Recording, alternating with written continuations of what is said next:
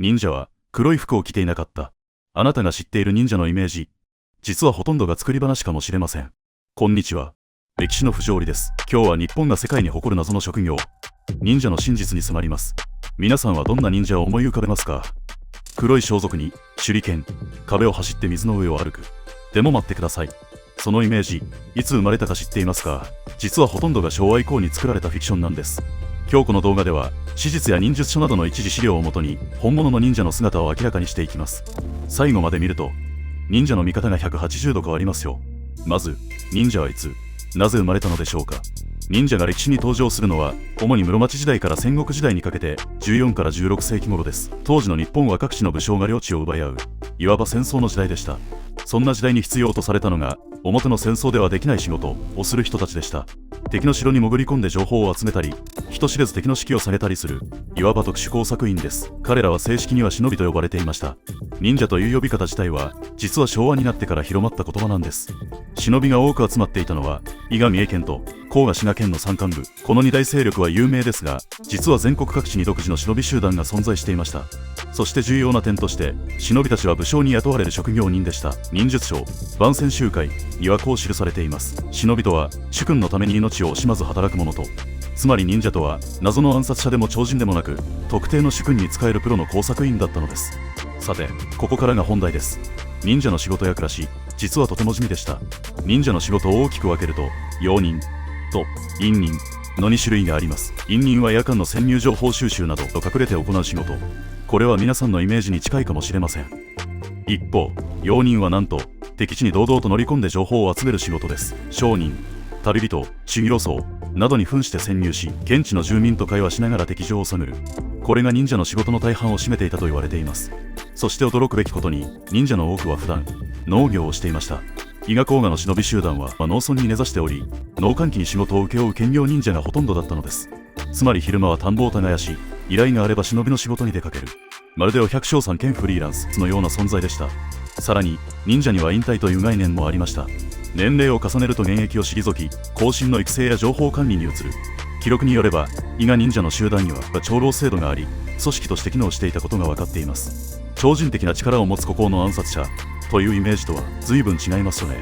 では、みんな大好きな黒装束に手裏剣というイメージはどこから来たのでしょうか。まず黒装束について、忍術書には忍びの服装についての記述があります。推奨されていた色は黒ではなく、紺色、柿色でした。理由はシンプルで、夜間に黒は月明かりに反射して目立ってしまう。一方での紺や暗い柿色の方が暗闇に馴染みやすかったのです。では舞台の黒装束はなぜ生まれたか。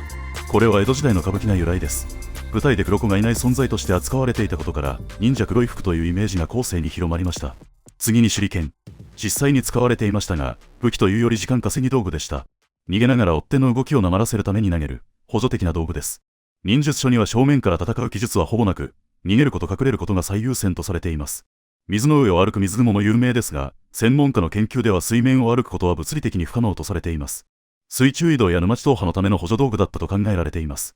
まとめると、本物の忍者は戦わず、目立たず、逃げ切るが鉄則。超人的な戦闘力より、変装、演技、土地勘の方がずっと重要だったのです。ここで、実際に歴史に名を残した忍者たちを見てみましょう。まず有名な服部半蔵。徳川家康の家臣として活躍した人物ですが、実は忍者の棟梁という記録はほとんどありません。服部半蔵は伊賀出身ではあるものの、記録上は普通の武士として合戦に参加しており、槍の名手として知られていました。伊賀の忍びを束ねる棟梁というイメージは後世の創作によるものが大きいのです。一方で確実に忍びとして記録されているのが桃地三太夫です。16世紀の伊賀を代表する忍び頭で織田信長の伊賀攻めに抵抗した記録が残っています。1581年、信長は大軍を率いて伊賀に侵攻しました。これが天正伊賀の乱です。この時多くの忍び集団が壊滅しますが、桃地三太夫は逃れたとも、抵抗して討ち死にしたとも伝えられています。記録が少ないため、真相は謎のままです。また、女性の忍者、くのいちも実在したとされています。忍術書万戦集会には、女性工作員の活用法が記されており、敵の重臣の妻や次女に近づいて情報を得る内通者作りが主な役割だったようです。彼女たちは戦場に出るのではなく、人間関係を使った情報収集のプロ。まさに現代のインテリジェンスオペレーターです。ここからは、知っている人が少ない忍者の雑学をお届けします。